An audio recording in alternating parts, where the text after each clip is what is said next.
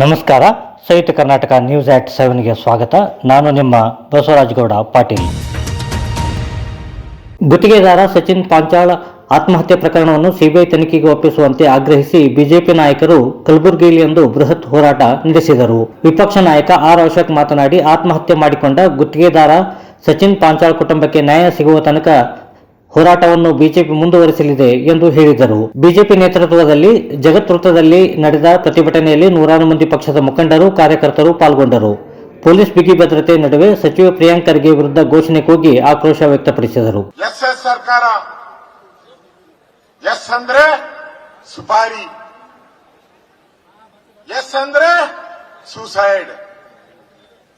ಒಂದ್ ಕಡೆ ಸುಪಾರಿ ಕೊಡ್ತಾರೆ ದುಡ್ಡು ಕೊಡಕ್ಕೆ, ಇಲ್ಲ ಅಂದ್ರೆ ನೀವು ಸೂಸೈಡ್ ಮಾಡ್ಕೊಬೇಕು. ಇಲ್ಲಿ ನಡೀತಾ ಇರುವಂತ ಒಂದು ಈ ಸುಪಾರಿ ಕೊಲೆಗಳು, ಆತ್ಮಹತ್ಯೆಗಳು, ಅದರ ಜೊತೆಗೆ ರೈತರ ಆತ್ಮಹತ್ಯೆಗಳು, ಬಾಣಂತಿಯರ ಸಾವು, 760 ಜನ, ಎಲ್ಲ 26ರಿಂದ 30 ವರ್ಷದ ಆ ಬಾಣಂತಿಯರು ಮಗುನೆತ್ಕೊಂಡು ಮನೆಗೆ ಬರಬೇಕಾಗಿತ್ತು. ತಾಯಿ ಬರಲಿಲ್ಲ, ಮಗು ಮಾತ್ರ ಬಂತು. ಈ ಕಲಬುರಗಿಯಲ್ಲೂ ಕೂಡ ಇದಕ್ಕೆ ನ್ಯಾಯ ಕೊಡಿಸೋವರೆಗೂ ಬಿಜೆಪಿ ವಿರಮಿಸುವುದಿಲ್ಲ. ಹೋರಾಟ ಮಾಡ್ತೀರಿ, ನಿಮ್ ಜೊತೆ ನಾವಿದ್ದೀರಿ, ಆ ಕುಟುಂಬಕ್ಕೆ ನ್ಯಾಯವನ್ನ ಕೊಡಿಸ್ತೀರಿ ಅನ್ನೋ. ಪ್ರಿಯಾಂಕ್ ಖರ್ಗೆ ನಿವಾಸಕ್ಕೆ ಮುತ್ತಿಗೆ ಹಾಕಲು ಹೊರಟ ಬಿಜೆಪಿಗರಿಗೆ ಕಾಂಗ್ರೆಸ್ ಕಾರ್ಯಕರ್ತರು ತಂಪು ಪಾನೀಯ ವ್ಯವಸ್ಥೆ ಮಾಡಿದ ಘಟನೆ ಕಲಬುರಗಿಯಲ್ಲಿ ನಡೆಯಿತು. ಕಲಬುರಗಿ ಜಿಲ್ಲಾ ಉಸ್ತುವಾರಿ ಸಚಿವ ಪ್ರಿಯಾಂಕ್ ಖರ್ಗೆ ರಾಜೀನಾಮೆಗೆ ಆಗ್ರಹಿಸಿ ಬಿಜೆಪಿ ಮುಖಂಡರು ಪ್ರಿಯಾಂಕ್ ಖರ್ಗೆ ಅವರ ಮನೆಗೆ ಮುತ್ತಿಗೆ ಹಾಕುವ ಹೋರಾಟ ನಡೆಸುತ್ತಿದ್ದರೆ, ಸಚಿವರ ಮನೆ ಮುಂದೆ ಕಾಂಗ್ರೆಸ್ ಕಾರ್ಯಕರ್ತರು ಬಿಜೆಪಿ ಗುಂಡಾಗಿರಿ ನಮ್ಮ ಗಾಂಧಿಗಿರಿ ಎಂಬ ಶೀರ್ಷಿಕೆಯಡಿಯಲ್ಲಿ ಬ್ಯಾನರ್ ಹಿಡಿದು ಹೋರಾಟ ನಡೆಸಿದರು. ಪ್ರಿಯಾಂಕ್ ಖರ್ಗೆ ಅವರೇ, ನಿಮ್ಮ ಸ್ನೇಹಿತನಾಗಿ ಸಲಹೆ ಕೊಡುತ್ತಿದ್ದೇನೆ. ನಿಮ್ಮ ಪಾತ್ರ ಇಲ್ಲ ಎಂದರೆ ಸಿಬಿಐ ತನಿಖೆಯೇ ನಿಮಗೆ ಸೇಫ್ ಎಂದು ಬಿಜೆಪಿ ರಾಜ್ಯಾಧ್ಯಕ್ಷ ಬಿವೈ ವಿಜೇಂದ್ರ ಹೇಳಿದ್ದಾರೆ.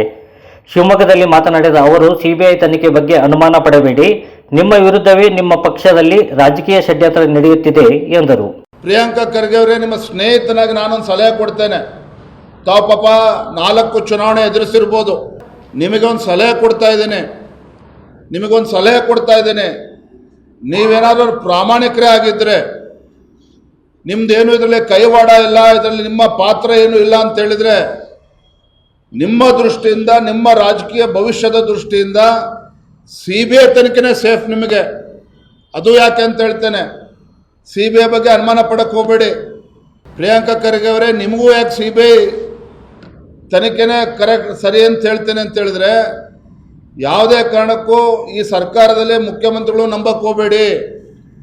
ಏನಾದರೂ ಸಿದ್ದರಾಮಯ್ಯನವರು ಇದನ್ನು, ಈ ಆತ್ಮಹತ್ಯೆ ಪ್ರಕರಣ, ಸುಪಾರಿ ಕಿಲ್ಲಿಂಗ್ ಪ್ರಕರಣವನ್ನು CID ತನಿಖೆಗೋ ಅಥವಾ ಇನ್ಯಾವುದೋ ಸ್ಪೆಷಲ್ ಇನ್ವೆಸ್ಟಿಗೇಷನ್ ಟೀಮ್ ಮಾಡಿ ಬಿಟ್ಟರೆ ಕೂಡ ನಿಮಗೆ ನ್ಯಾಯ ಸಿಗ್ತದೆ ಅನ್ನೋ ಭರವಸೆ ನನಗಂತೂ ಖಂಡಿತ ಇಲ್ಲ. ಕಾರಣ ಏನಪ್ಪ ಅಂತ ಹೇಳಿದ್ರೆ ನಿಮ್ಮ ಪಕ್ಷದಲ್ಲೇ ಅನೇಕರ ವಿರುದ್ಧ ಷಡ್ಯಂತ್ರ ನಡೀತಾ ಇದೆ.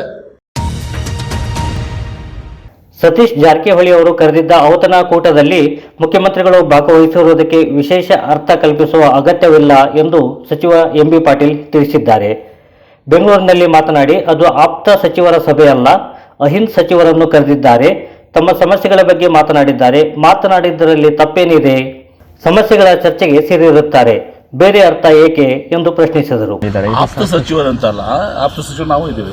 ಅಹಿಂದ ಶಾಸಕರನ್ನ ಅಷ್ಟೇ ಕರೆದಿದ್ದಾರೆ, ತಮ್ಮ ಸಮಸ್ಯೆಗಳನ್ನ ಆರಿಸಿಕೊಂಡಿದ್ದಾರೆ. ಅಲ್ಲಿ ಊಟಕ್ಕೂ ಕರೆದಿದ್ದಾರೆ, ಅಹಿಂದ ಶಾಸಕರ ಸಚಿವರ ಸಭೆಗಳನ್ನ ಕರೆದಿದ್ದಾರೆ.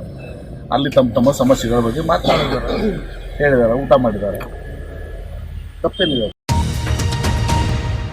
ಸಿಡ್ನಿಯಲ್ಲಿ ನಡೆಯುತ್ತಿರುವ ಬಾರ್ಡರ್ ಗವಾಸ್ಕರ್ ಟೆಸ್ಟ್ ಕ್ರಿಕೆಟ್ ಸರಣಿಯ ಕೊನೆಯ ಪಂದ್ಯದ 2ನೇ ದಿನವಾದ ಇಂದು ಆಸ್ಟ್ರೇಲಿಯಾ ಮೊದಲ ಇನ್ನಿಂಗ್ಸ್ನಲ್ಲಿ 181 ರನ್ಗಳಿಗೆ ಆಲ್ಔಟ್ ಆಗಿ ಮೊದಲ ಇನ್ನಿಂಗ್ಸ್ನಲ್ಲಿ 4 ರನ್ ಹಿನ್ನಡೆ ಅನುಭವಿಸಿತು. ಇನ್ನು 2ನೇ ಇನ್ನಿಂಗ್ಸ್ ಆರಂಭಿಸಿರುವ ಭಾರತ ದಿನದ ಅಂತ್ಯಕ್ಕೆ 6 ವಿಕೆಟ್ ನಷ್ಟಕ್ಕೆ 141 ರನ್ ಗಳಿಸಿ ಆಡುತ್ತಿದ್ದು, ಮೊದಲ ಇನ್ನಿಂಗ್ಸ್ನ 4 ರನ್ ಸೇರಿದಂತೆ ಒಟ್ಟಾರೆ 145 ರನ್ಗಳ ಮುನ್ನಡೆಯಲ್ಲಿದೆ.